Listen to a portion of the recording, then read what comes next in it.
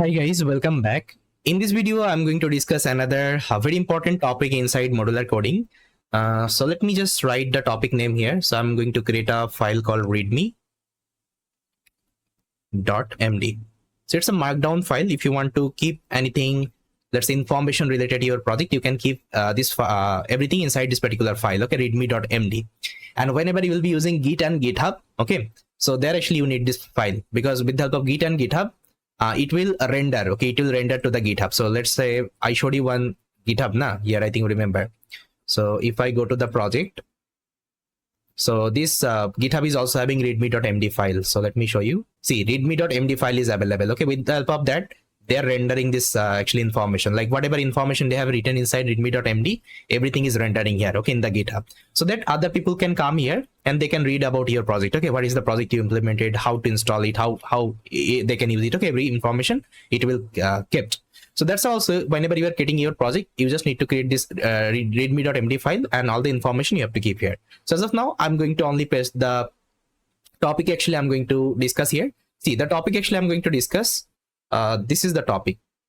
Okay, inside Python actually we are having this statement, if underscore name is equal to underscore main. Okay, so what is the use of this particular, let's say, statement inside like modular coding? So here I've written the if underscore name is equal to underscore main. It's a common pattern used in Python script to determine whether the script is being run directly or it's being imported as a module into the another script. Okay, that means, I think, remember, inside main.py we imported some of the functionality, okay, from my another file. That means some module actually we imported. That means here we are using different script, okay, different script of the code, and here we are trying to use it.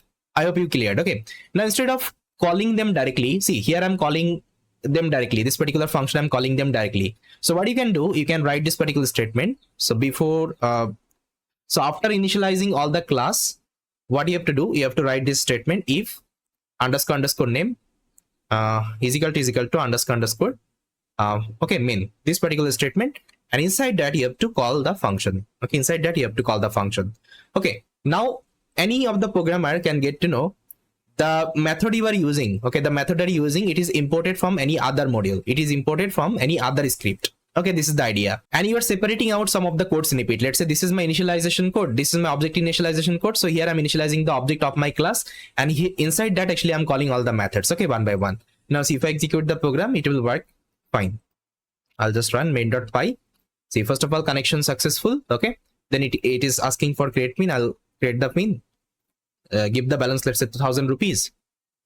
Then check the balance, 1 2 3. See, balance is 2,000 rupees. Fine, I think you got it. What is the use of this this particular statement inside modular coding? And going forward, whatever implementation you will see, like real world implementation you will see, people are using this particular statement, okay, in their code as well. So that's why I showed you, because if you are seeing for the first time, definitely will get surprised. And now I think you got it. Okay, what is the use of it? So going forward, we'll be using this particular statement in our code, and whatever, let's say, function calling or whatever function initialization actually we're doing, everything will be writing inside that only. Okay, this is the idea. So yes, this was a quick topic. I just wanted to let you know. I hope you liked it. So in the next video, we'll be implementing one OP project. Okay, thank you so much.